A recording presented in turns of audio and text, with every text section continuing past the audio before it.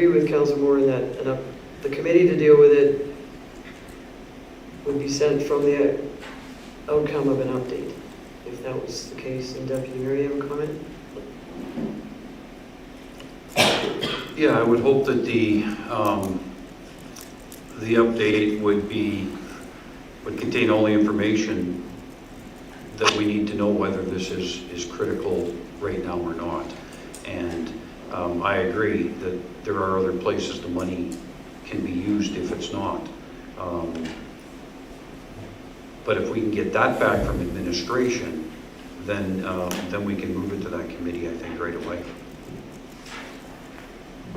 So we're hearing that have more success with the motion to have an update on the reservoir.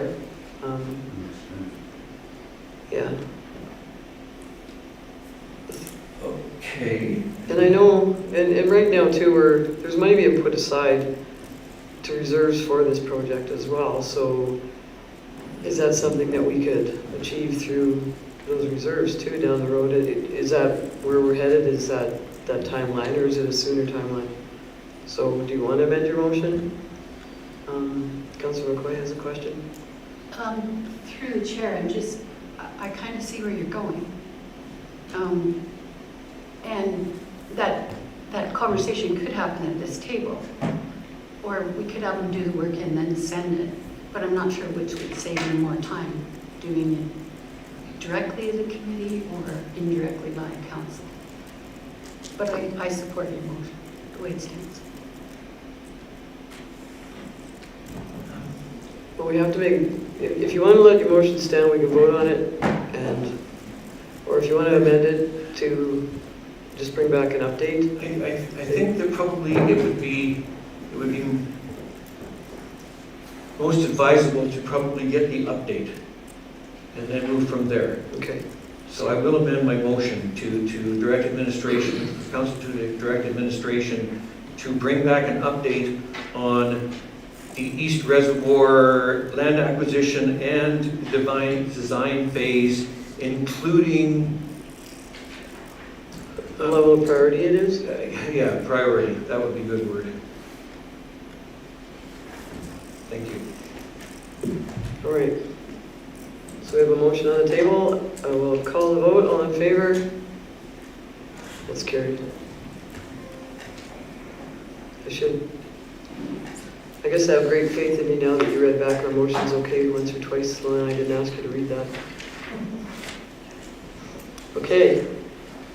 We will carry on then to item 7.1, Disbury Neighborhood Place ramp and entrance improvements.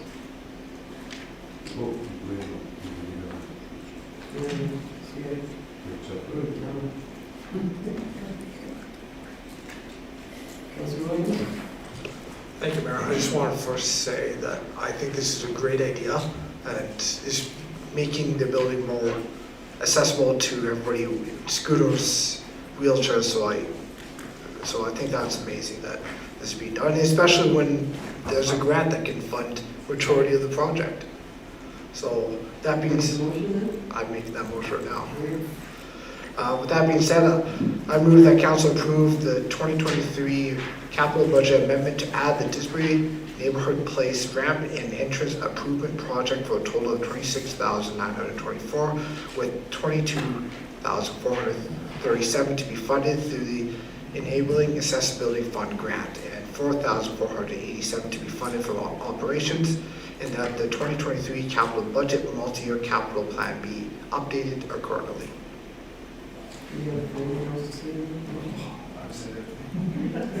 Well, it's a long motion. It's a. You said it in reverse. Yeah. That's all. Put that as well. All done. Any comments, questions? Is this a federal grant?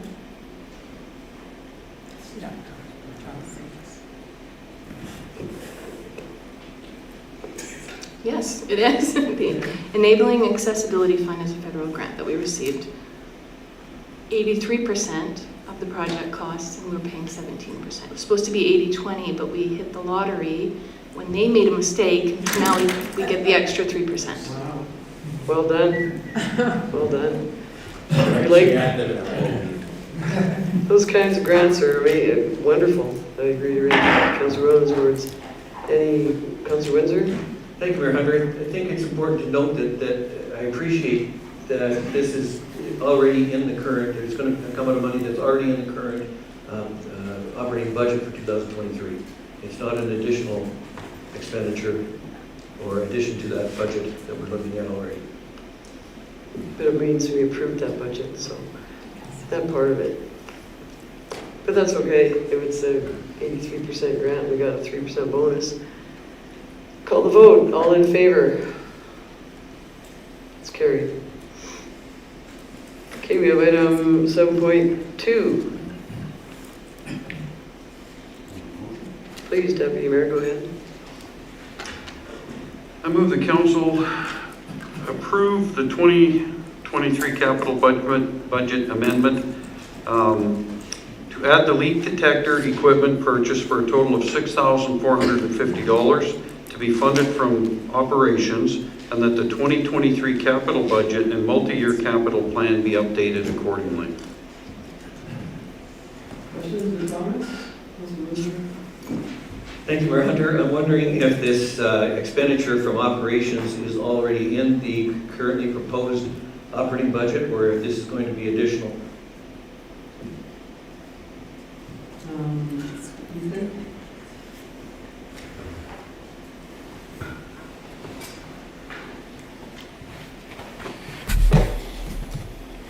Thank you for the question. I do anticipate that it will come out of the operations R&M line for water.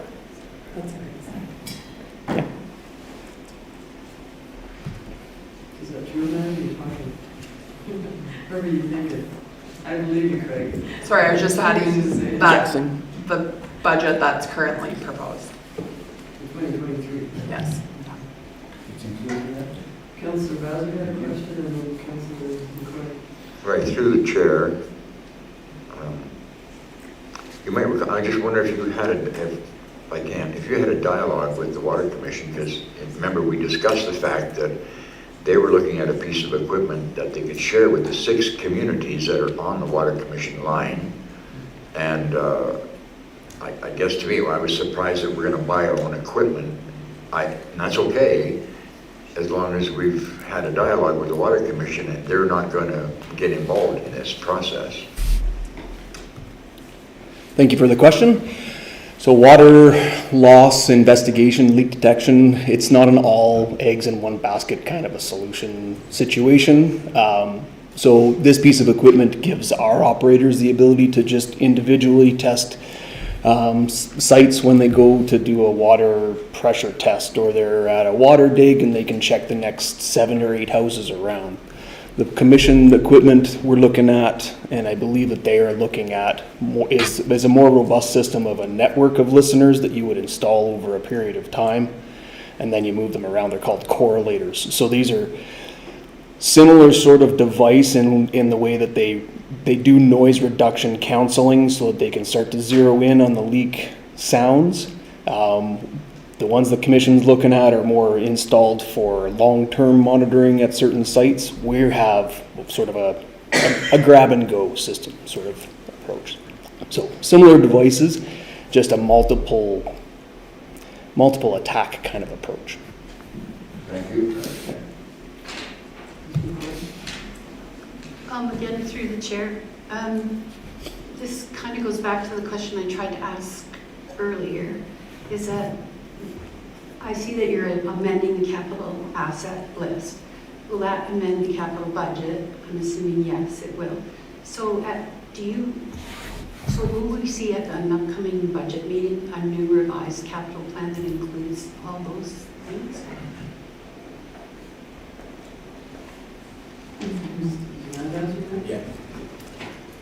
Through the chair, yes, so the way that motion reads, it would authorize administration to amend the capital budget, and then that'll be posted on the website once it's ready. But then the multi-year plan still needs to come back to council for approval for this year. So when that's ready to come, you'll see in the 2023 column any of those changes that have happened. Perfect, thank you.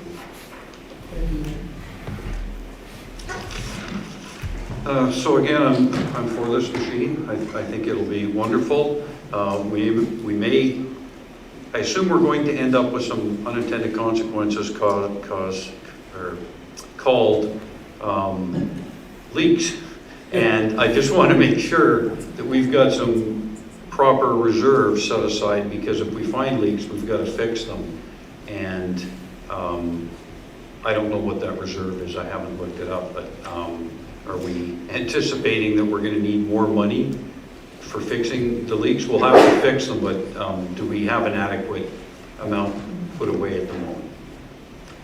It's an UCO report. I said I didn't look it up, so I'm asking. Thanks for that question. It's kind of, go ahead, maybe you can answer that. But through the chair, I think that's a difficult question to answer, because we haven't done our asset management plan to say how much money we need. So are our reserves adequate? I don't know. But likely, if there's leaks that are found that need to be repaired, then, and it's not covered, we're not able to cover it in the operating budget that you've approved, then those would have to come back to council for approval.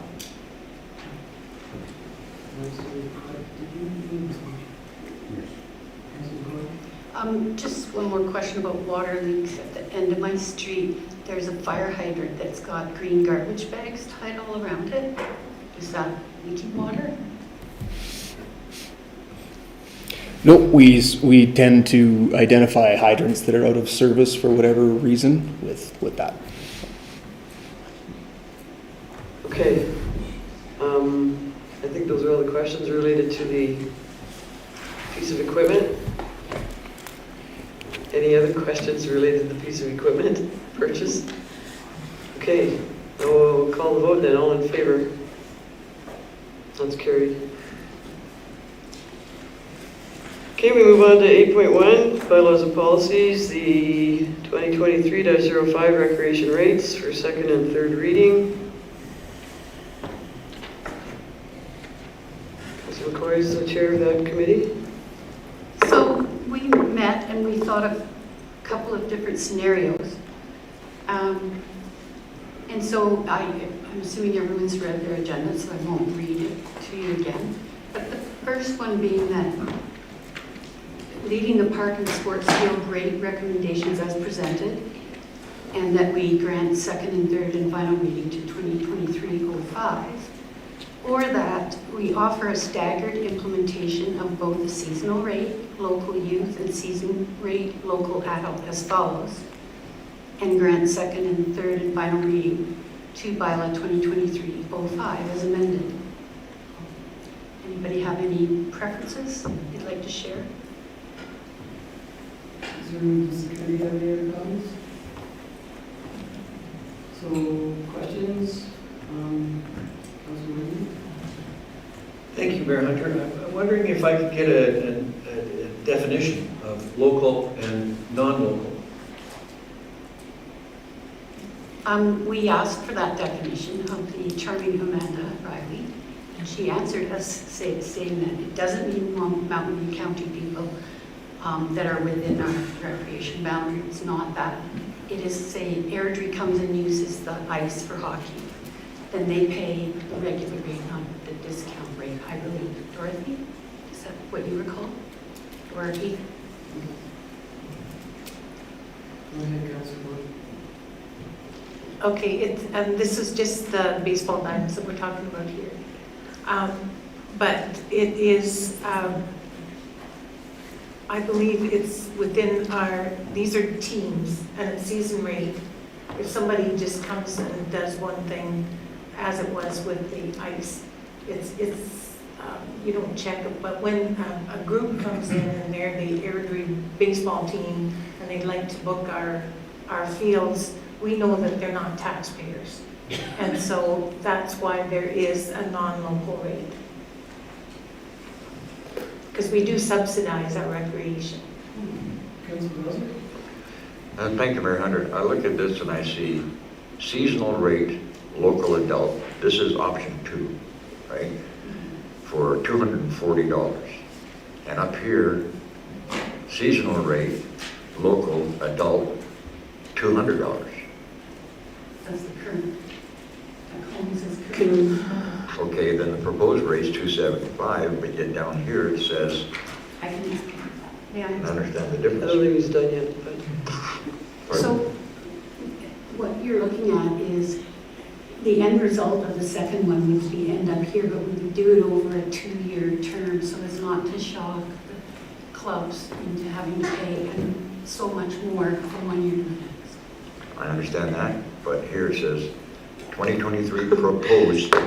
you guys having a good conversation over there? No, this is going through. Go ahead, I Councillor figure Bass. I'm still with the chair here. So, Thank you. the 2023 proposed is $240 for an adult team. Yep. Proposed.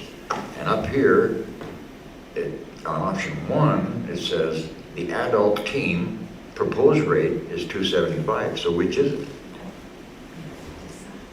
So if you go back to your second screen, No, which one?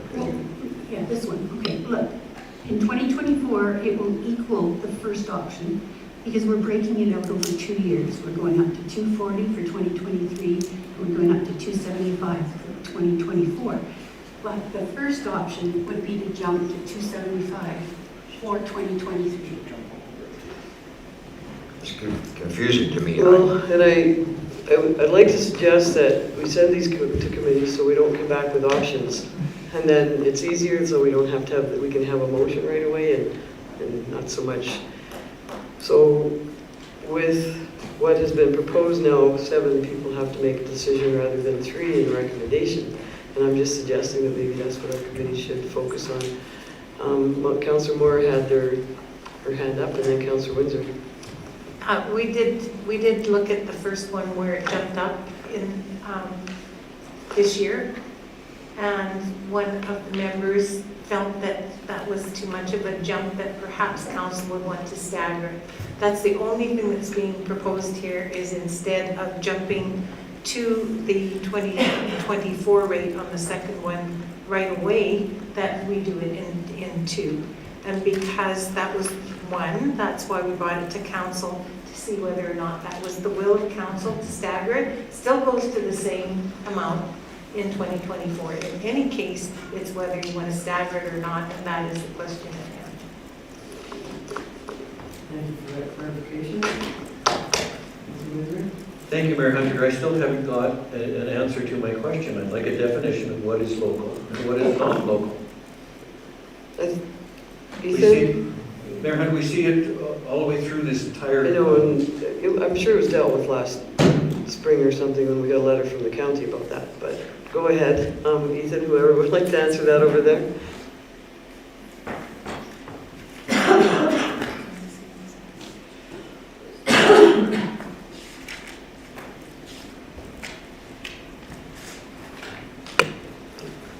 Through the chair, it is identified in bylaw 20, well, the proposed, so the current version of the recreation fees bylaw does establish local versus non-local. Local is town of Didsbury residents, as well as Didsbury residents within the recreation lines that Mountain View County sets for the funding that we receive are considered local, and non-local is anyone outside of that. Any other questions or comments? Because I'm going to throw something even different at to provide a third option. Because I think adults should go right up right away, and I think youth should stagger. That would be my suggestion for the rates. Because I think with the youth, to give them that grace of a couple of years staggered, and adults, we're always prepared for increase in rates, so, and we can accept them. So I don't know what your committee thinks of that, or if we can amend that. Go ahead, Councilor Williams. Thank you, Mayor. I was one that suggested the stagger rates, and I would be open to your suggestion of stagger for youth and an increase to adult. Option number 3. Thank you for that, Councillor Williams. So, Has the motion? no, we haven't made a motion yet, so do you want to make that motion? I move that Councillor Grant second reading to bylaw 2023-05 recreation reads as amended, I guess? Yeah. So, you captured that amendment, I'm sure. Okay, any other questions or comments on that? Roll call vote, all in favor? It's carried. Thank you for that. Third. Thank you, Mayor. I move that Council grant third and final reading to bylaw 2023-05 recreation reads as amended. All right, call the vote, all in favor? It's carried. There's new rates to involve that. Okay, we move on to item 2023-06, corporate services rates and fees. So was that the, what you see again? Yes, however, it looks like it's just a recommendation that council refer the development of an unrestricted surplus policy to the strategic planning committee for consideration. You are on page 33. Oh, I'm on 36. That might be a problem. Yes, that was, sorry, Jim. Correction. We're fairly budget.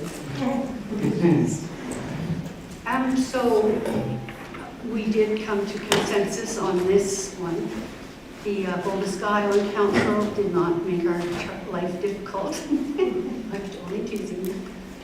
And so I would recommend that we just move forward with the recommendations as per this motion, or as per this RFD. We don't make a motion? Sure. That council grant first reading to corporate services rates and fees bylaw 2023-06. Councilor Williams? I would just like to follow up on to that, why that is there. Unfortunately, we are being charged by the credit card companies. Every time we use a credit card, we get charged for that. So, personally, I don't like credit card companies, just like everybody else. Do you have credit card? Councilor Windsor? Thank you, Mayor Hunter. I guess I would like to ask the committee, why only the tax revenues are you going to charge this fee? Because if they pay any of those other fees by credit card, the credit card company's charging the 2.75% on those as well. So why only the tax payments? Does anyone answer that? Can you answer that? I, through the chair, would defer to our chief, Amanda, to tell us. Yeah, we finally know that. CFO. It's news to me. So the committee did discuss that, and due to the amount of payments on like utility charges are insignificant compared to a tax payment. So that's why, so then the expense is lower related to the utility payments, and so because of that, they just agreed to recommend to go back to the way the bylaw was written previously. Okay, thanks. Does that answer your question? Well, Thank you, Mayor Hunter. Only partially, because we're still paying. It doesn't matter whether it's $50 or $2,300 or $5,000. The town is still paying the processing fee for the credit card. And if you have enough $50 charges on a credit card, those fees are going to add up after a period of time. is it fair to say, though, that we do that on bank cards as well? There's a fee, so every card comes with a fee to the town or to any business that takes those. So the committee explored it, and that'll be the last question relative to fees, and Ethan, you want Amanda to answer that? Sorry, and to add to what I had said as well, tax payments that come in by credit card are there's typically one payment per person who's gonna make a tax payment.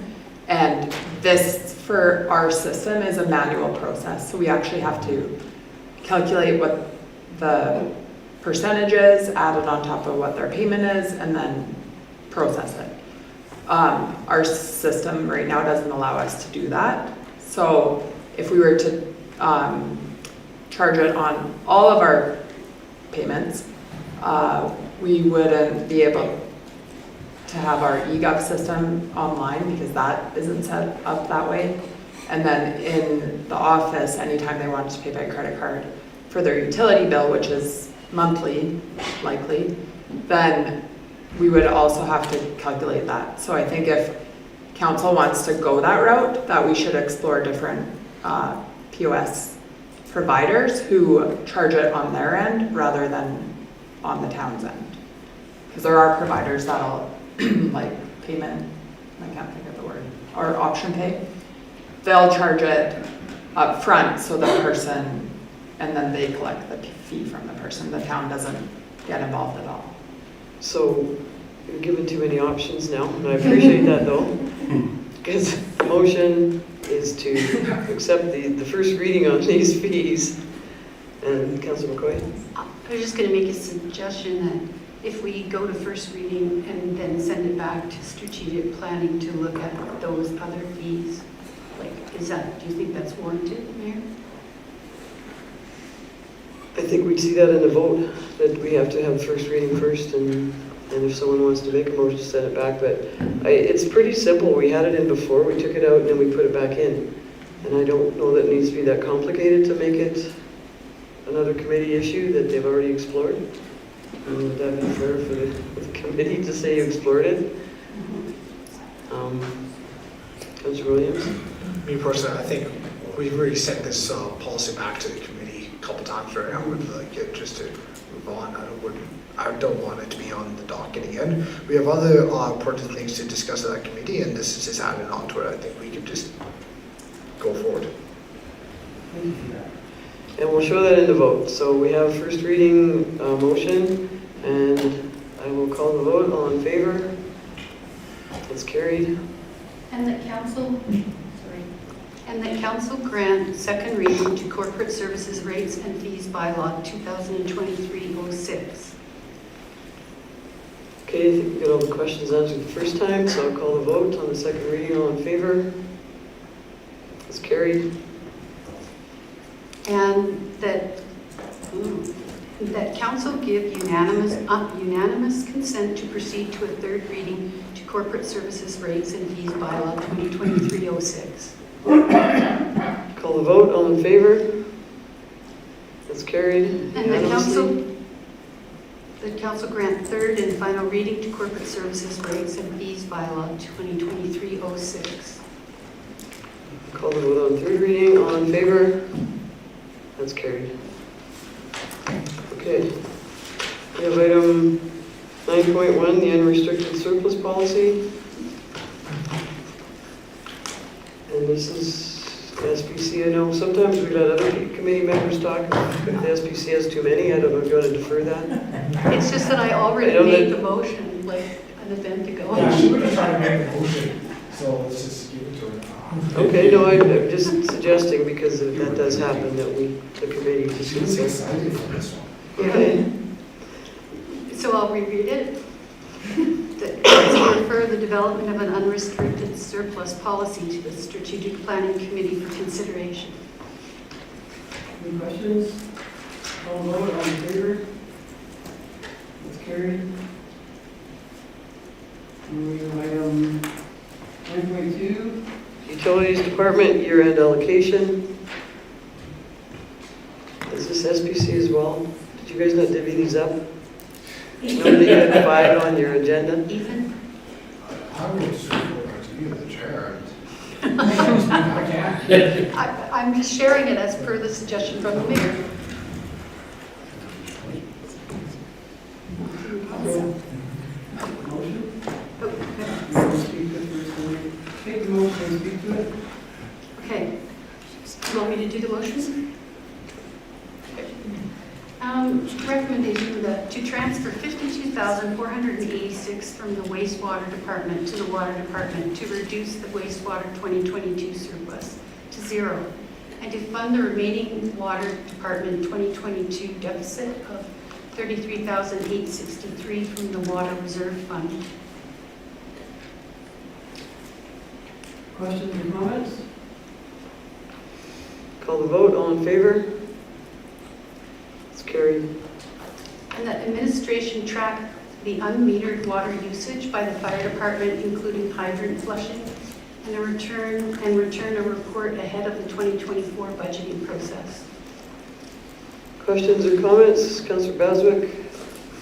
I guess the question I have through the chair is that, is there a process by which we can monitor the flushing of a fire hydrant? They really use a lot of water. That's what we.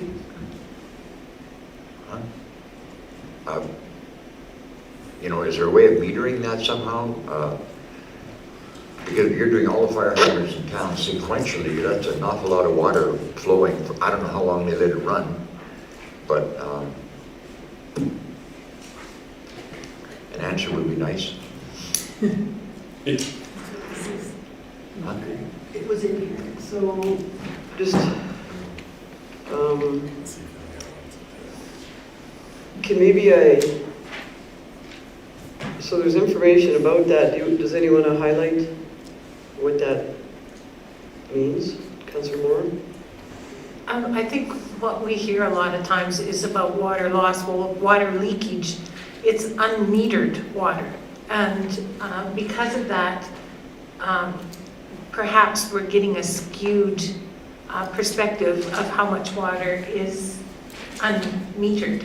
And so we're looking for estimates of what it takes, because as Councillor Baswick said, it does take a lot of water. Although, they have to flush them and it takes a lot of water at once and then it's done. And so we're not looking for an exact number, but kind of an estimate of what that is, so that we can subtract that from our unmetered water loss, and then we'll have a better idea of what we're looking for when we're looking for water loss.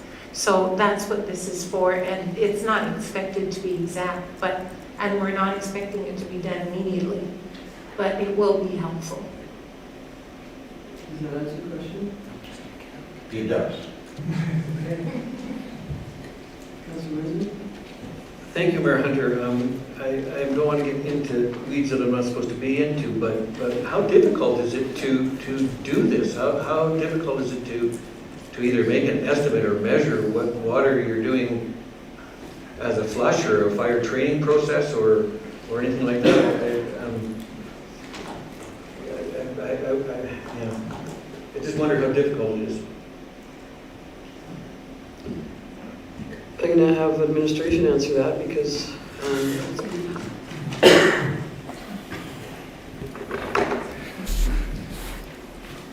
Thank you for the questions. Yeah, not difficult at all. We do it every day, all day long, every year, have done for several years. So this isn't new information that we collect. We collect this information all the time and we track it on our water loss sheets. well, you track what the fire department uses or what you flush? Both, So it's already been done? yes. Okay, so that motion might not be necessary, would it be? If it's already being done, can I just ask why we wouldn't do everything that we're aware of, so the fire hydrants are easily trackable, and you've already accounted for that in water loss, and so campground would be another, is that true? Or the trailer dump station could be one. Would we expand, so now that we don't have to monitor fire hydrants, why wouldn't we check other things that could be checked? Would that be a fair amendment to that motion? And Craig, is that being done already as well?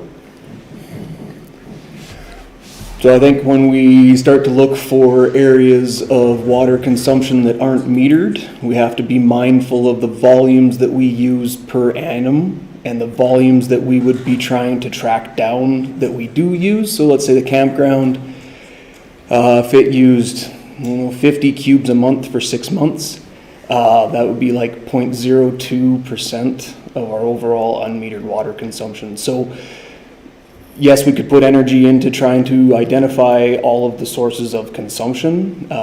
Is there a return of investment for that? We looked at a $15,000 pit meter for the campground a couple of years ago, but it gets to the point where the rate of return gets past 15 years, and it's how do you justify bringing it to you guys as a project to put forward? So it's, yes, we can refine and improve our monitoring of various sources. It just comes down to rate of return. So would it be fair to say that we can rescind that motion or withdraw it? Not rescind it, we'll withdraw the motion because it's being done, and that we'll just kind of continue to count on our Department of Infrastructure and Engineering to do the job they're doing on tracking our water loss. Councilor McCoy? I was just going to suggest that was a great idea, but we weren't told that when we were meeting, so that's why we went down this road. But if we could still have a report returned ahead of the 2024 budgeting process for lost water versus flushed water, fire department water, I still think that would be valuable. Ethan? Well, I think you can probably keep the motion because to the degree it's being done by way of for this focused and purpose, I think it's still a good motion. Okay. So we all answers we need then, and we can have the vote on this. I'll call the vote. All in favor? That's carried. I didn't have my mic on, I apologize. Did you hear that? You must have heard me, Councillor Baswick, because Okay, we have item 9.3, the year-end reserve allocation for 2022. I believe SBC dealt with this as well. I'm going to defer to Councillor Moore. We went through this, as you can see earlier in this item, and it makes sense for the things where there's a bit left in a fund for it to go back into that fund to replenish it wherever we can. They do a wonderful job of estimating in our budget, but it's not to the penny, and so we have the list that I'm going to have in this motion is generally put everything back into their own reserves, except where there was an amount left at the end. Because it came from taxes, we put it back into the tax stabilization reserve because it is not money that is like free money that you can spend on something else. I think it should go to the tax stabilization reserve unless there's a very good reason for it to go anywhere else. And so the first motion is that council allocate the 2022 year-end surplus totaling $197,954 not cash funded as follows: $75,119 to the tax stabilization reserve. I do want to mention that in the community grant program, there was a discussion about the 50,000 and 52,000, and that hadn't been included, and it needed to be included, and so that has been included. That like about 29,000 plus the 2,000 that was not allocated last year. So the amount of 31,995 to the council community grant program reserve is a little higher than the 30,000 that we had the previous year. I think the rest of them are self-explanatory, and so allocated as listed. Questions? Councilor?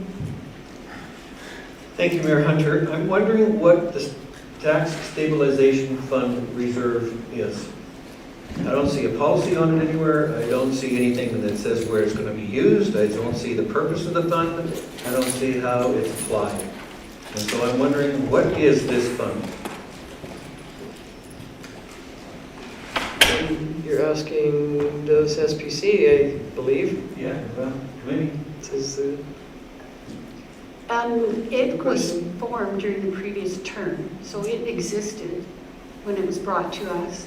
And we weren't given a whole set of bylaws or policies when we started on new in 2021. So we have no way of knowing. So that's why it's there. Deputy Mayor?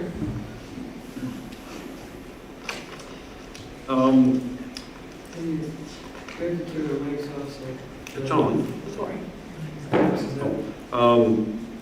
This question is on the professional development reserve, and before I guess get into that, I see an and down here. Are we going to be having a motion that go back to the governance committee? Yes. Okay, so then I won't get into that question.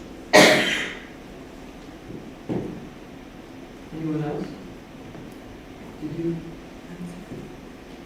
You had your hand up?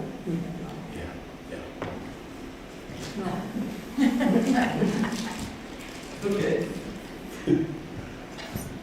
Sorry, through the question to the chair, do you want further clarification about the tax stabilization reserve? I have a follow-up question about it, in that I believe there does need to be a policy on tax stabilization because, I mean, we started it in 2021, or there was some money that we could allocate.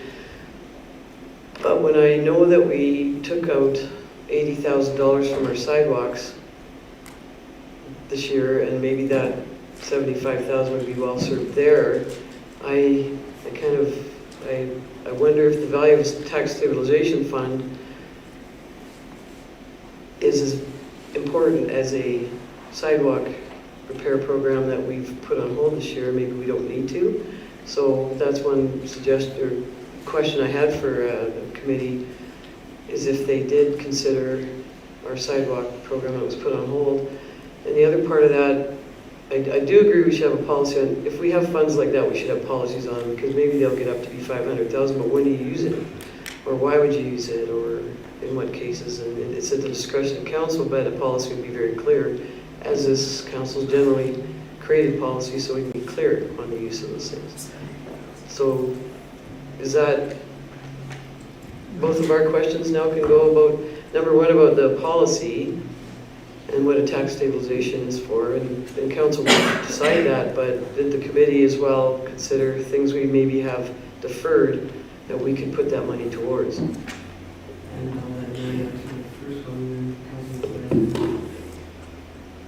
So the tax stabilization reserve, absolutely, yes, we need a policy to, or we actually need to incorporate that reserve fund into our current reserve policy. There are a couple other reserves that have been formed that haven't been updated, that the reserve policy hasn't been updated for as well, like the legacy fund.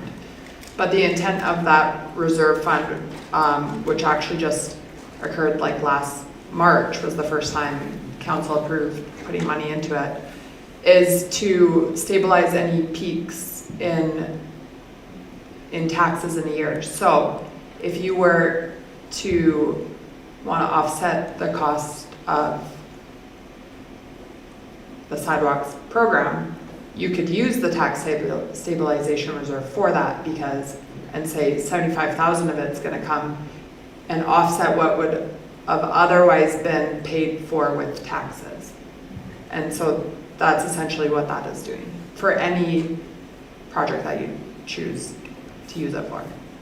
And just one follow-up, that's what we could put in a sidewalk reserve, but if we can use it both in that sense, I'd be satisfied with that, with the policy. Councilor McCoy?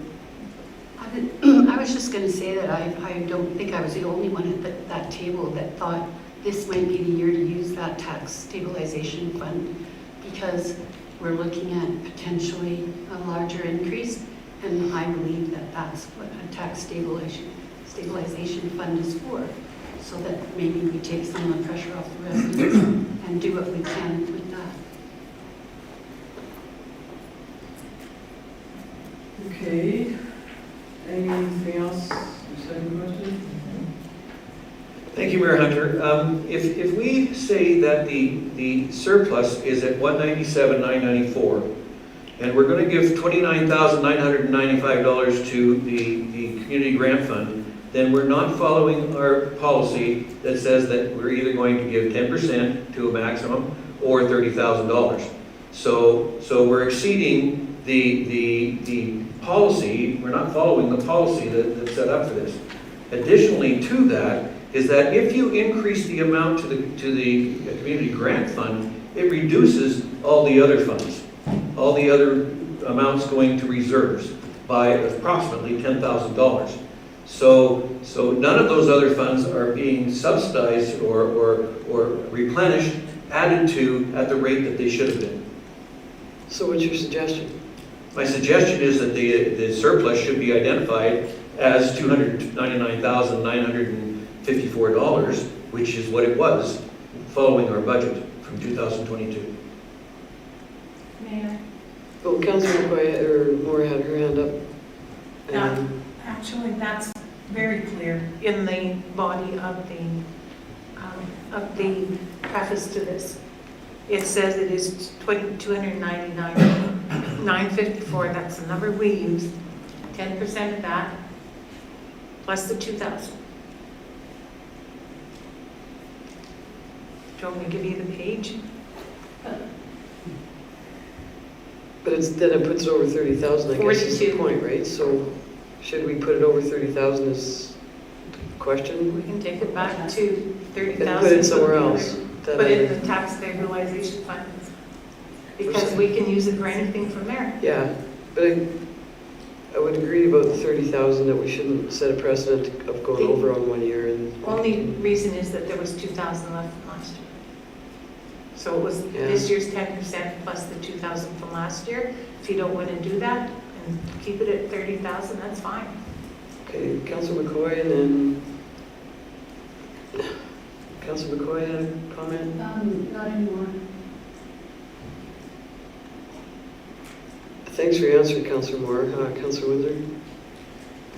Thank you, Mayor Hunter. I'm looking at page 42 of the agenda, and I'm looking at the total amount, and it says that the total allocation of the surplus is $197,954. Remaining. That isn't the $299,954.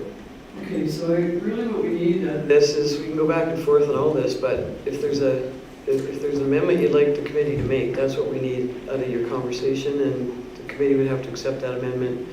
Councillor Moore and then Councillor McCoy again. It is because of the fuss about the 52,000 and the $50,000 transfers from reserves occurred. The surplus for the year would have amounted to $299,954. That was your question. And if you don't want that in there, we can take it back down again. But we did that because you were asking about it, wanted it back in. It's in. That's why it's $299,954. I agree, I heard that. You did ask for that last meeting, that consideration, so Councillor McCoy? I was just going to read it. Okay. It's not reflected in the total. There. You weren't, remember that hand. Councillor Ethan, this. Just an updated suggestion. Well, so we could update the year in reserve transfer chart and add the 50,000 and the 52,000 if those are going back to the general reserve and the policing reserve. Essentially, there would be an in and an out, so we wouldn't actually move the money, but they could go on the chart to make it so it adds up to the 299. Well, I thought we sorted that out earlier, that our auditor and our CFO are fine with that, and that practice is fine what you're doing. So we can either accept the $29,995 and then the 2,000 return that does make it up to where it is, or who made the motion will have to have a friendly amendment, or else we'll just vote on that motion. And did you have your hand up, Councillor McCoy? And then Deputy Mayor? Just a thought that if we leave it at the 197,954 and put $19,795 into community grant, add in the 2,000 left over from 2023, I think possibly Councillor Windsor might be more. Well, I know, but it's one vote, and I'm sorry, like, no offense, but there's a motion on the table, and we can show her, if you want to amend your motion, as Councillor Moore, you made that motion? If you want to amend it, you can. If you don't want to, and Deputy Mayor has a comment, and then I think we beat this to death, so. I would like to see the policy followed on the community grant, that we do cap it at the 30. That was the intent of it, so I would prefer that be taken back and the other amount go into the stabilization reserve. Make that amendment? So 29,995 and 49 cents? 99 cents. And then 2,000 to tax stabilization. And I'm sorry, I just have to mess this up a little more, because I'm not really liking the professional development reserve. I think when we budget for those things, we should spend our money in the year and participate in the programs that we say we're going to, and otherwise the money does go back and then we're into a new budget year. But that's me, and I don't know that I have any support for that, but I don't, the policy would be too late if that's what you were after, and if you weren't after that, you know, some things just shouldn't be carried over, and I believe professional development is one of them. Because there's all opportunity all year to use that money. Thank you. I think that comment should be referred to the next motion that we have not made yet. We have not made the refer the development of professional development reserve fund policy, so I think your comments are. But you're talking about the professional development reserve fund policy, and that's going to be. That's a secondary motion.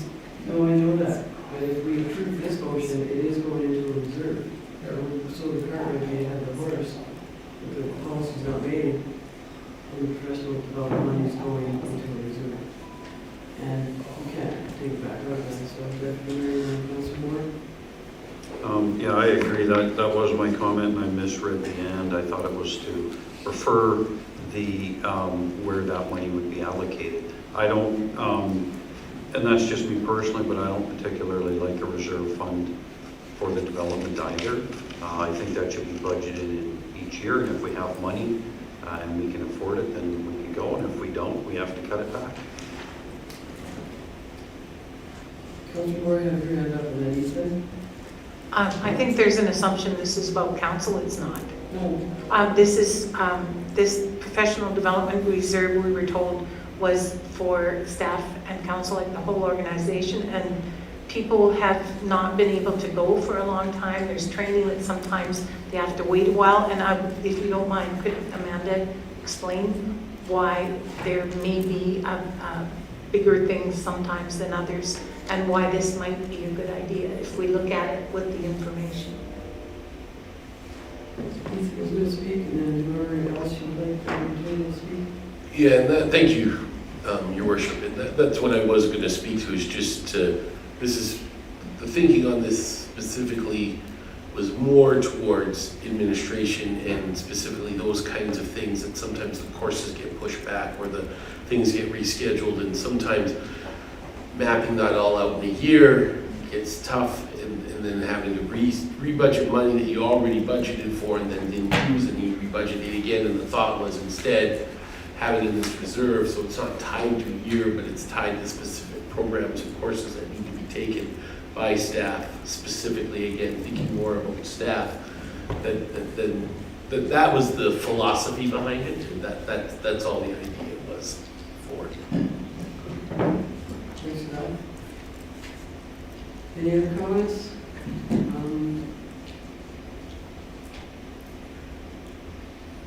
Just have one question, if I may.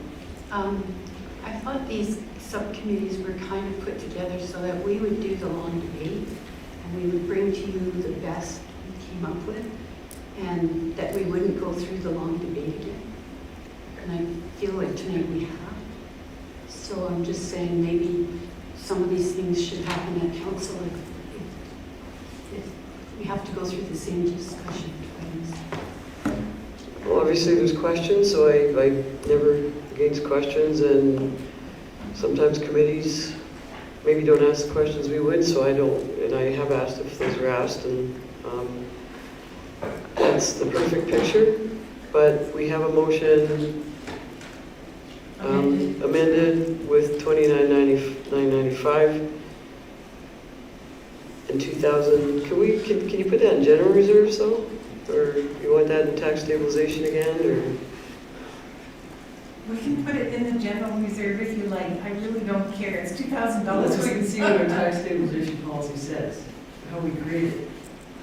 Okay, so it is as listed, except that the council community grant program reserve is $29,995, and the general reserve would be $4,205 then. You're very easy to get along. Thank you Really? for that.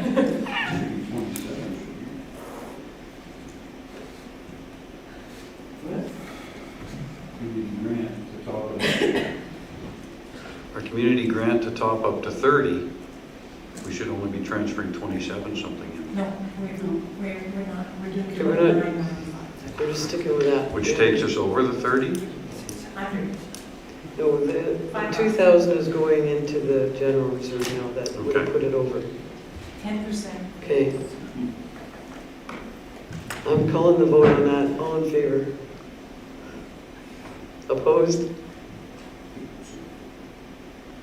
Okay, that's carried. All right, we have 2023 operating budget meeting prep, March 20. Yeah, we have another motion there, sorry.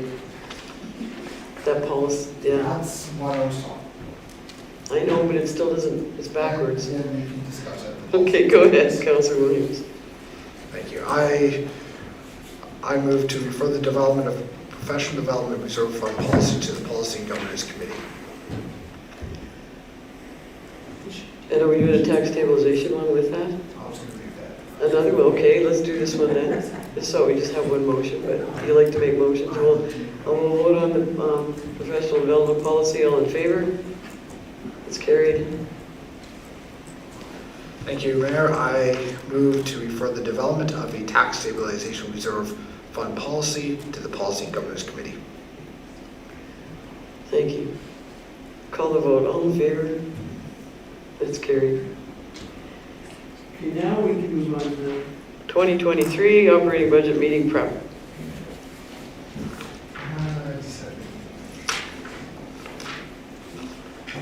You want to make that too? I'm going to look to my left. I didn't look to the right. Go ahead. Thank you. I move to move council's instruction for administration to provide any additional information for the budget meeting on March 23rd, 2023. Any other questions or information you'd like brought back on March 23rd? Because I would like to know, I didn't see any hands, I would like to know, we have that 100, in the provincial budget, the additional 176,000. I'd like that brought back, what we can use that for, what the parameters are for use of the MSI operating budget, or operating grant. So I could look it up online, but I think all of council should have it back in front of them. So does somebody want to make that motion? Like, we'll have some, let's see, what is the motion here? So that is one of the motions. So a motion to bring back information on what the MSI operating grant can be used for. Yeah. As per the provincial government and what we are guided by. Is that long enough? It's all one motion then. Okay, so you're asking for. Do you want to make that too? So is that the second motion or is that a friendly amendment? Well, I'm asking someone to make the motion. I could make it, but, You could just add that onto my motion. okay. Let's have that read back, let's do that. Just because there's a lot of,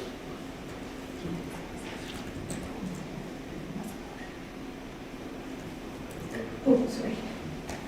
we're looking at So you. this is how I'm, oh, sorry. So maybe, there, good. Mhm. Just to clarify, sorry, that recommendation wasn't meant to be a motion, that was meant to just be, I know, that's what I would, the motion as the discretion. Yeah. Council, so. And my name- and my name recommend that everyone, just anyone that wants a piece of information brought, just make their own motion, and it can each, one motion per item that you want. Someone would like to make a motion, so who would like to make that? I'll make Thank you. I move that administration bring back information regarding the additional MSI funding from the provincial government, what it can be used for. Okay. Is that clear enough? Like, one name on the paper that you get? Yeah. Okay. All right, that's my motion. I'll call the vote all in favor. It's carried. Is there any other information council wants back? I know there's a motion to be made on January 14th. February 14th, whatever it was, and that's still in here on the table. So that's all we need for a motion, and the council's happy with that.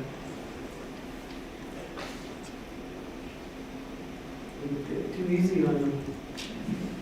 Or maybe we've already asked enough. Okay, let's go on to the next item then. Community engagement. Councilor Basel. Recommendation that council approve the implementation of council engagement sessions on the second Tuesdays before regular scheduled council meetings, and that these sessions be hosted from 5:15 p.m. to 5:45 p.m. in council chambers on these days, and that the sessions begin on Tuesday, April 11th, 2023. I think that should say April 25th. Yeah, that's the Second. Should say what? It should say the 25th of April. The second Tuesday would be the 25th, but that's just, Well, I'm in for sooner the better, for me. but the second Tuesday is April 25th. Gotcha. No friendly amendment, just for corrected date. You bet. Okay, thank you. Deputy Mayor? Could I maybe also ask for a friendly amendment that we get these on the second and fourth Tuesdays? Like that we have them at both, prior to both council meetings. I'll accept that amendment. So the would start on April 11th. Correct.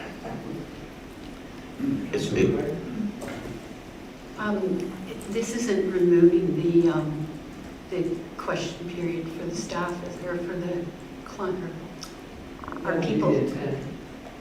When it's sent to The the PGC, we're gonna have that. The feedback that we've got is that they want to engage with all of council, and so the question period doesn't allow for that. And so we are opening up the chambers to engage with all of council from 5:15 to 5:45, and that is the response we had to the requests that were made. So when it's sent to the PGC, the intent will be to take the question period off the council business meeting, and they'll have all the opportunity to engage from 5:15 to 5:45 on both days. Councillor Baswick? Thank you, Mayor. I was under the assumption that the engagement with the public prior to a council meeting was one thing, but the gallery session was still allowed because that relates directly to the agenda. So are we gonna, I don't want to eliminate anything. I want to add two if we can. And if the wording right now of the procedural bylaw says that we'll have to amend the question period in the procedural bylaw either way. So that's why we have the second motion to send to PGC, because the procedural bylaw, we're working on it right now anyway, and so we would make the adjustment according to the motion here tonight and according to the will of council. And I want everybody just to speak to this once, so if you've spoken, if you've made your will clear about what you'd like to see, that's really what we want to hear. And if you're going to repeat if you put your hand up to repeat yourself, please don't. I'm just trying to keep it so that we don't debate it again and again. So, Councillor McCoy? I was just going to suggest a friendly amendment, John, that would include that this would be in addition to gallery question period. That's what the second motion is dealing with? Oh, no, it's not. I'm saying in the first motion that we're adding this, like, we're not removing anything, correct?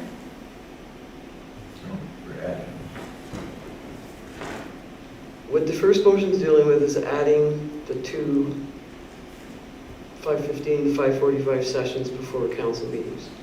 The second motion will deal with what happens to question period when we're sending it to PGC. So whatever direction council sends on the second motion, we'll deal with the question period. And so this one is just addition to have the gallery or the engagement sessions before council. And I'd like just to, can I speak to that in that when we open these up before council, it doesn't mean all councillors will be there.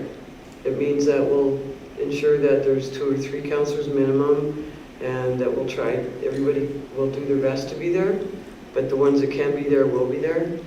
It wouldn't be a requirement to be there, it would be time that council wants to come in and engage as before council meetings, one-on-one or one in a group or whatever.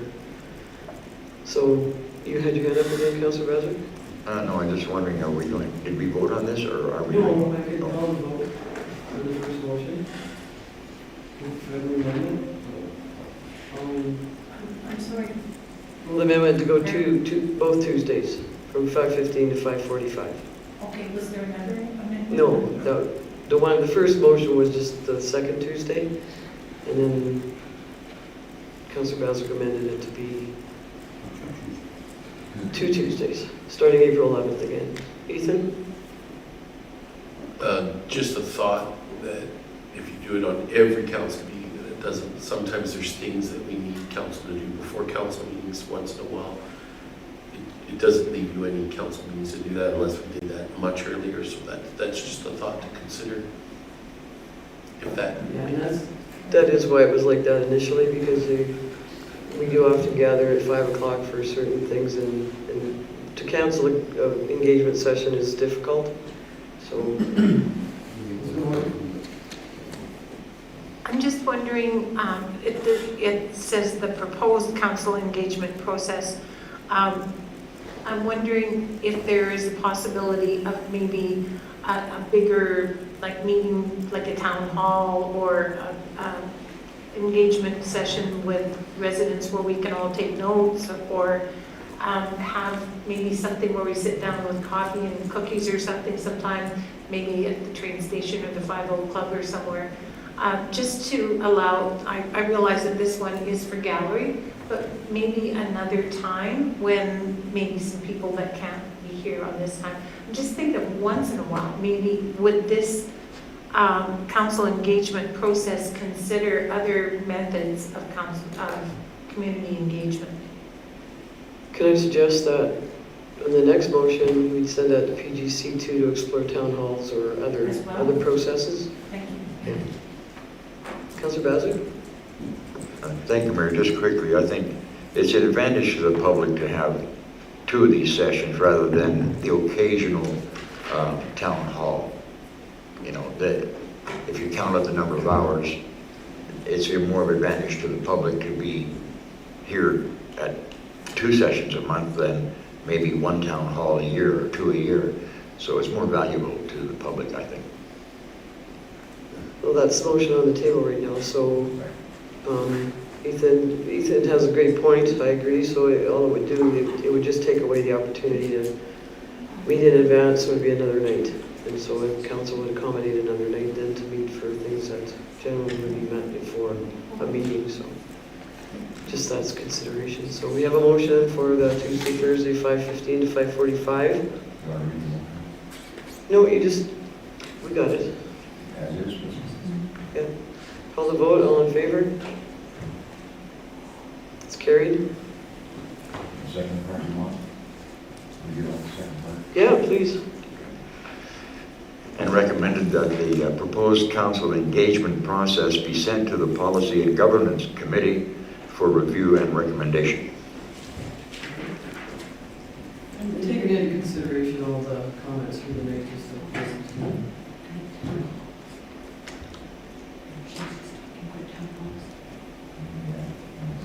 Well, we're gonna take those all into consideration because it was conversation at the table. So, any other comments, questions? Call the vote, all in favor? That's carried.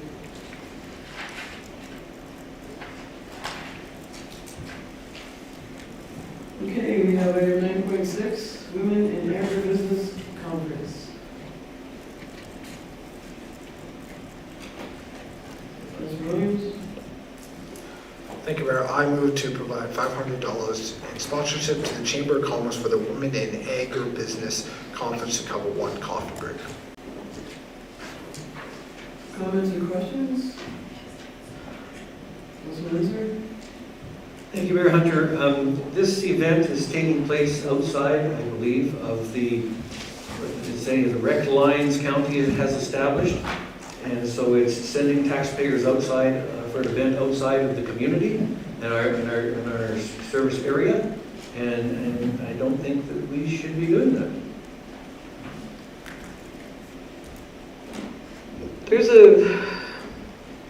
So we have a community grant policy.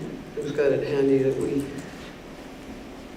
we can fund local groups? Can we fund local groups outside of our boundaries? That should be identified in our policy. So is that handy? Amanda, do you have that handy? No. Does somebody have that handy? I think our community grant should cover the parameters of what this should cover, if this is covered in our community grant, because that's why we have the policy. Pulling that up. Amanda's pulling it up. Sure. Thank you, Roger. I think it's important to recognize that already in the advertising that they are advertising that the town of Disbury is a sponsor. And I also think it's important to note that they have, as the town of Disbury sponsor, they have indicated that the town of Disbury will have a display table at the venue.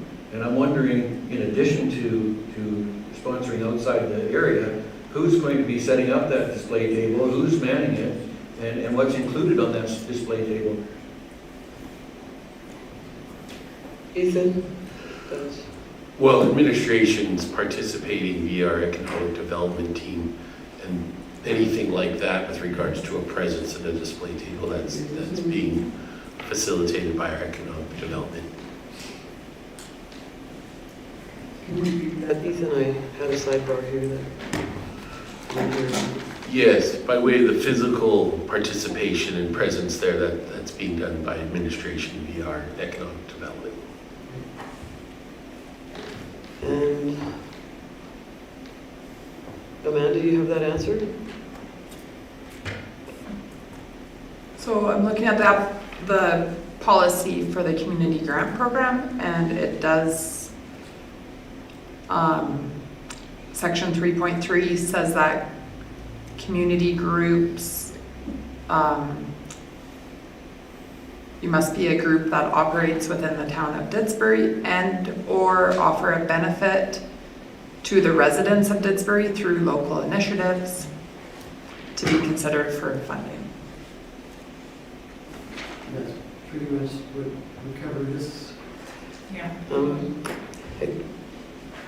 I support the chamber, of course, and I think what they do is wonderful. I think when we start to be bringing community grant applications, we have to be mindful of our process, and I know this is an anomaly maybe, but they're generally, we've got that at the PGC right now as well to deal with community grant for those bigger initiatives like the Lions Bus and community groups that need those bigger numbers.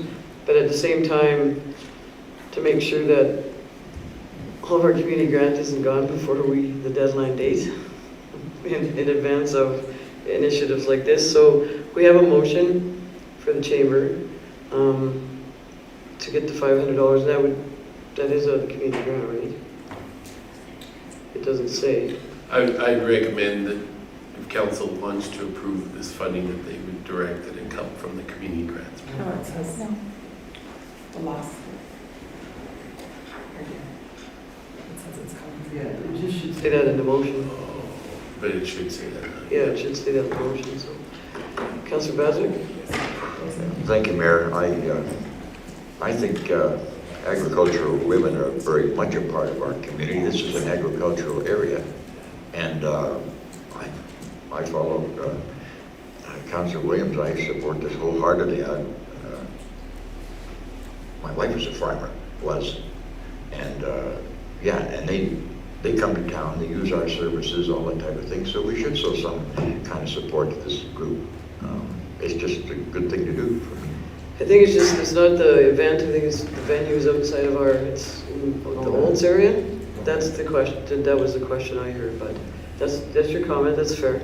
Any other comments on this? That we have a request for $500 from our community grant in Didsbury Chamber. Call the vote, all in favor? Opposed? It's carried. Okay. Moving to correspondence, community highlights, I'm going to start with Councilor Moore. We have been in the agenda, John. I know, I was gonna go back to that. Just that. As soon as I looked at my page, I would have saw 9.7. I did look at my page, it was over to the right. Okay, thank you for that. So Councillor Windsor brought this up. Ethan, you had something to say? Yeah, so I can clarify for council, because it's on a temporary basis, we do already have a rates and fee structure in place for the train station usage, so we've just been using that. So if that's sufficient, that's to council, then that's one thing, or if council would like to establish specific rates and fees for that, then I would recommend that that get then sent to the SPC committee to do that. It's your agenda item, did you want to take that recommendation? Yes. Send it to SPC? Yes, please. So I'll make a motion to task the SPC with investigating the 5-0 building rental rates and fees, and return a recommendation to council. And Ethan, I just have a question too, that it's getting explored right now, the options for sale or lease or rent or whatever, town operation. And we are expecting that back in early June, I'm thinking, because there's some timelines on the committed rentals for that. So am I still right on that track with these rates will be in effect till June 30th, should we say? And I can't say that to SPC, but maybe you consider that, because we don't want anything to go beyond that if we make a decision outside of that. And that's for SPC consideration to bring those gates into play.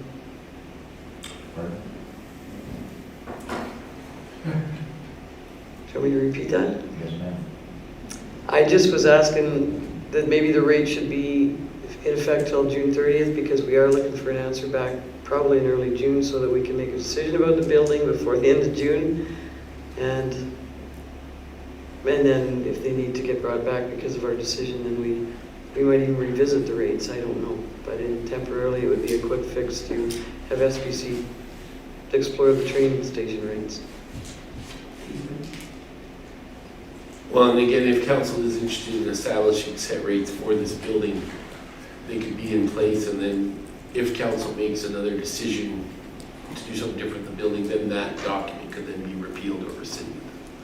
So I don't know if you even need a date built into the rates and fees. Is it more concern though that we don't want to be taking any rentals after June 30th would have a caveat that it might not be available? because that's important too. And maybe SPC wants to consider that if the decision is to sell it. I don't know what council's going to say, but we don't want to take any firm rentals in July if we have a direction for it that's otherwise. So, I guess just again for consideration, of SPC. You want, anybody else? Councillor Windsor? Thank you, Mayor Hunter. I think that that's a really good point, and I think that these organizations need to have some heads up as to what is going to be happening with this building, and maybe they're not going to be able to access it after June 30th, and I think that's really important for that. I also think that it would be important for SBC to consider what the 5-0 Club was charging for rent prior to the giving up the lease. I don't think we should just base it on the train station. I think that there's already two groups that have rented this. The Lions have prepaid, and so I think that maybe that needs to be a consideration. Okay, I think the SPC is listening to whatever they want to consider. Ethan? Well, anyone that had prepaid, we obviously honored that. We tried to make this whole thing as simple as possible for everybody. But are they paying more? I guess is the... No. Okay. No. Okay, so there's a motion to send it to SPC, and I'll call the vote. All in favor? It's carried. All right. Council meeting highlights. Let's try that again. Is there anything else I missed, Councilor Williams? We're good to go? Okay. No, I said we didn't have any. There wasn't any. Councilor Moore, council meeting highlights. I am excited that the Public Works has a new toy to detect leaks. And I think that's a cool tool, and I'd like to see it. Can we set that up for Councilor Moore to go one day with you fellas? Yeah, you bring it in. Councilor Windsor? Thank you, Mayor Hunter. I'll say that the change in the access point and ramp for the neighborhood places is a big one. It's a good move. Councilor Williams? Councilor took mine. Very unfortunate. You be careful. I have a backup one. My council highlight would be the presentation by our Member of Parliament, Earl Dreeshen. Now you don't want to. Well, you should say that, because you're very good with Yeah. That's correct. So it's great to hear an update from federal Yeah. representative. Thank you, Mayor. So my real highlight wasn't Councillor Williams recognizing we needed 9.7 on the agenda, what it actually was. I think the two meetings for council engagement where we're going to be able to stand and answer some questions and talk to the people, which we would do anyway. If it's scheduled, maybe more people will show up earlier and we can have those. I'm looking forward to those conversations. Councilor McCoy?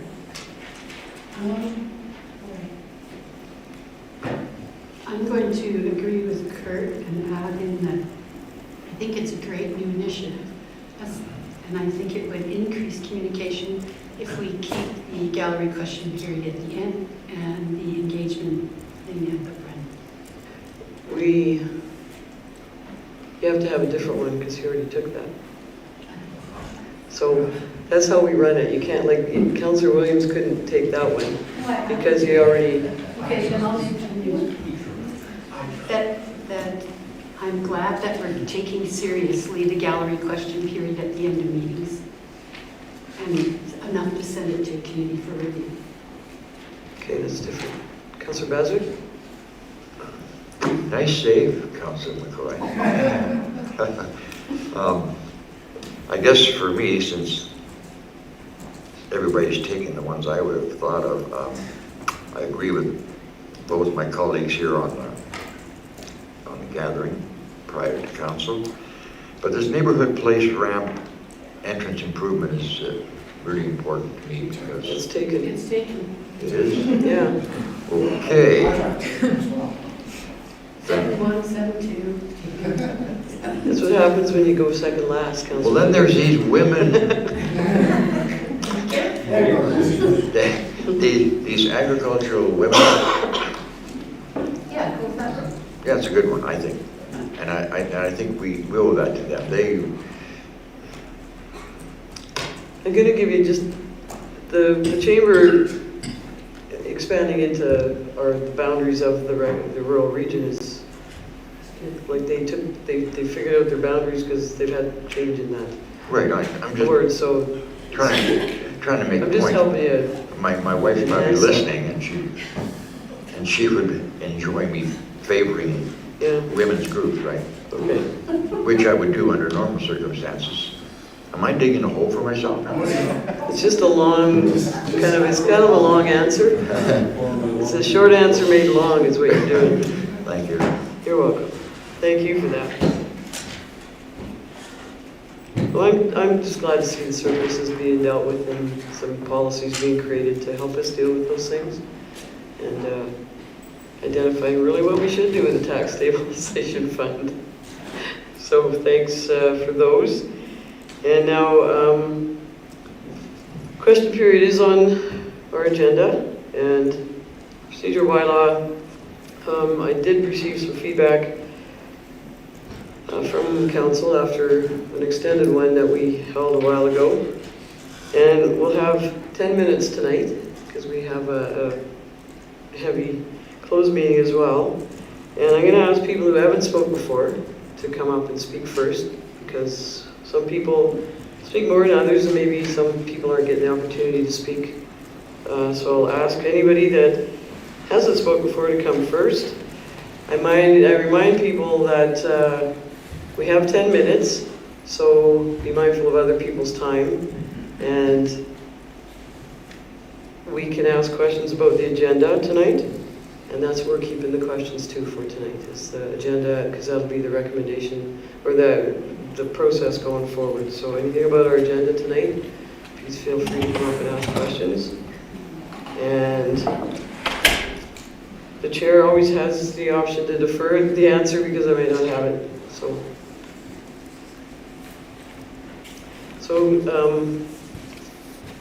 yeah, just your name.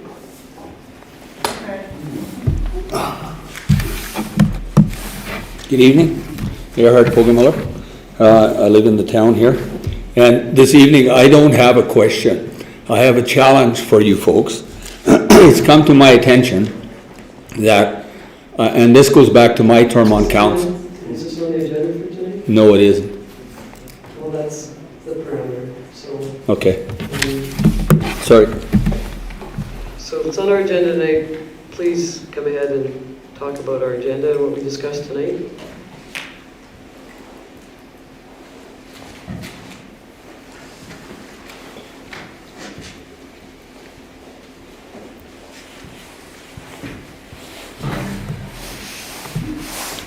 Which button is it? I'd like to say the highlight of the council meeting for me tonight was Mr. Baswick's motion to open up the opportunity for the townspeople to speak openly with all of council. Thank you. Thanks for that.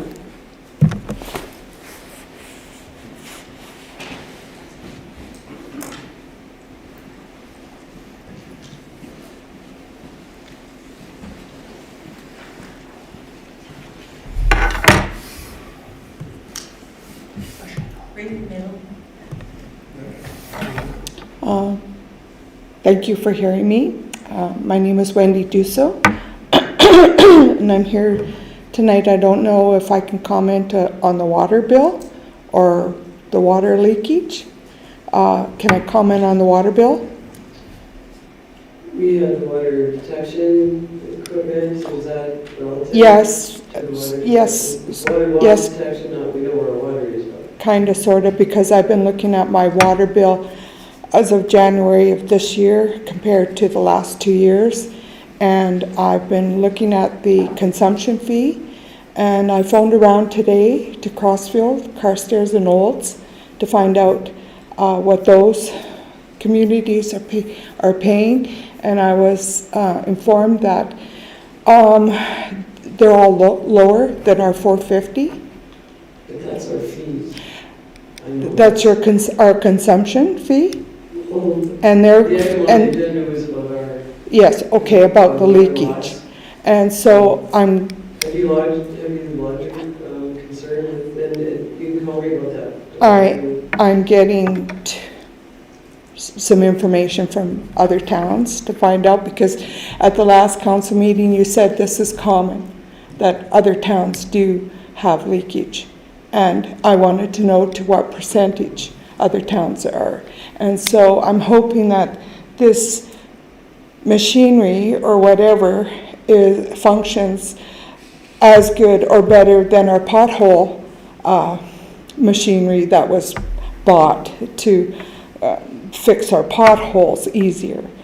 And I had no idea that this leakage equipment was even on any previous agendas. So your Question? question is about, you don't have to have a Okay, question. was this- Your comment is fine, your comment is about, is our water loss equivalent or less or more than? other Actually, I found communities? out our water loss is probably equivalent to Olds right at present. But was this equipment for detecting leakage, was it on a budget? Was the expenditure for this on a previous budget or at a council meeting? The RFD explained that it was purchased with what would have been repairs and maintenance out of the Public Works Okay. department. And I just hope that we get our money's worth out of this as well. I agree. Yes. I do want to point out that the town of Cochrane has 500 million liters missing, or gallons missing a year. So that's just throwing it out there because I found that out the other day. Yeah, okay. And I just don't want to. It's an issue everywhere, and I appreciate that. Our 450 consumption rate is higher than Carstairs, Crossfield, and Olds. They're all $3 or less. Also, I'd like to say that Olds is going to implement a $2 or a $1 billing fee as of May 1st. And whereas I think if you're going to charge us for a paper copy, at least a stamp and a piece of paper, I don't think is 20 cents. So I think $1 is more in keeping than the $2. And we have rectified that, we call our utilities department, but thanks for that. Since I let you off the agenda, so I have to let Mr. Formella come back up too. Okay, So, thank you. You've got that in there on me, and I can't not. Thank you for your generosity. So thank you. And we hope it works too, Wendy.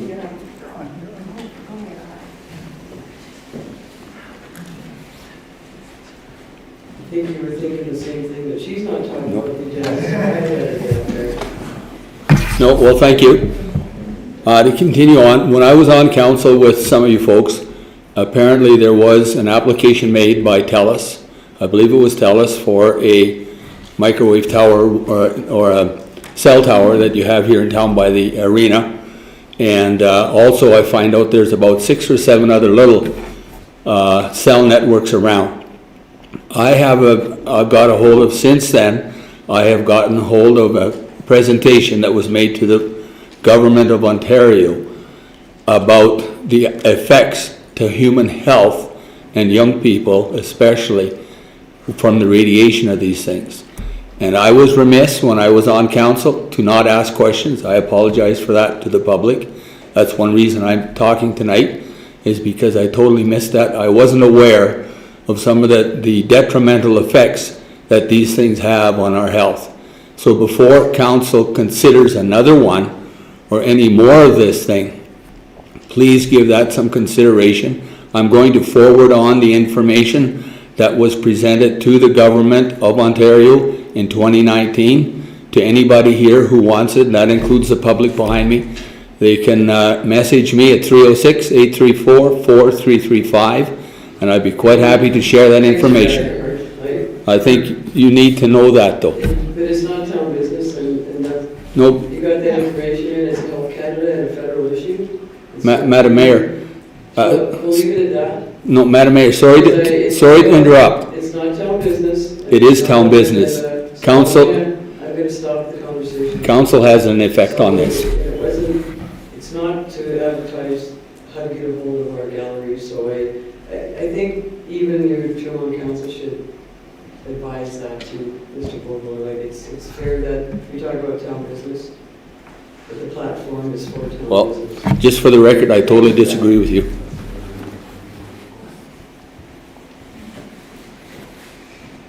And at the very least, everybody, it needs to be town business, and it needs to be on our agenda, so either or,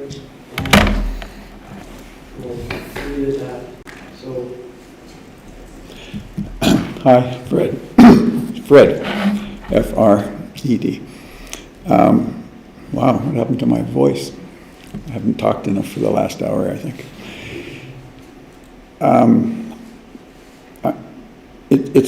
It becomes clear to me that all the agenda items and all the items that are scattered around or even far away from the agenda have to do with town business. I see myself as a condo purchaser in Didsbury, and I see you as the board and the maintenance. And I've signed, by inference, a condo agreement. So everything from water to reserves to health issues to do with microwaves, it's all relevant because I come here as a taxpayer, as a condo member, and I try to hear what my board is doing, what kind of responsibilities they're handling. Am I, by the virtue of owning property here, am I incurring liabilities of streets and sewers that are going to need to be fixed? do you have comments or questions related to? Yeah, so to get really specific, I mean, we could go drill down into lots of things, but I feel for Craig when he comes to the mic here and he says he doesn't know what to say. He doesn't have a clue how to answer the question about projects. We've got to kind of pull together and get some cohesiveness and some function going.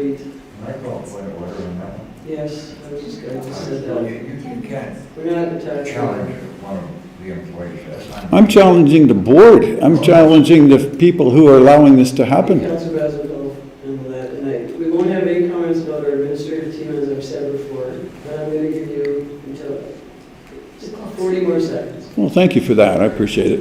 because it seems that you just want to attack staff, and I've said before, we won't accept that, so. We had this conversation a year ago about water detection, so please don't think that I'm just being a nuisance. A year ago, we thought we were going to get water detection.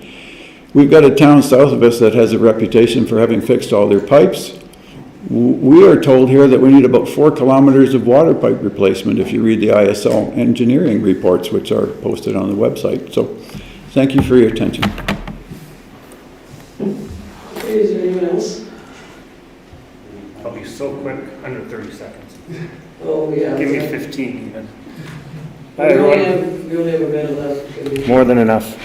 Thanks. Thank you, everyone, for taking time to hear me. Name is Brian Tippie, B-R-I-N-T-I-P-P-E.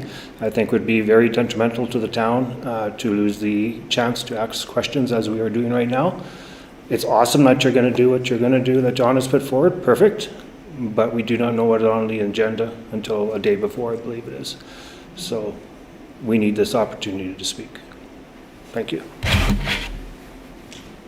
Isn't our agenda posted on Fridays, I believe? It's still after the meeting though. Our agenda is posted Friday. Yeah. So maybe, Tuesday. well, no, but it is posted Friday. It's posted when we get it, so we get it Friday. Council gets it Friday and it's posted Friday. Sorry, but if you're going to have your open forum on the Thursday, we don't know what's on that agenda, right? Oh, no, those are just about whatever you want to talk to a counselor about. Yes, I know, but that's what's great about this right here, Mayor, is that we can talk about stuff that's on the agenda. So we're gonna lose that right. Privilege, if you wanna call it. So Oh, that's going down the wrong track. well, no, our agenda's posted Friday, and our engagement sessions are Tuesday. So, No, yeah. no, because you post your agenda on Friday, Mhm. and then your town council is on Tuesday.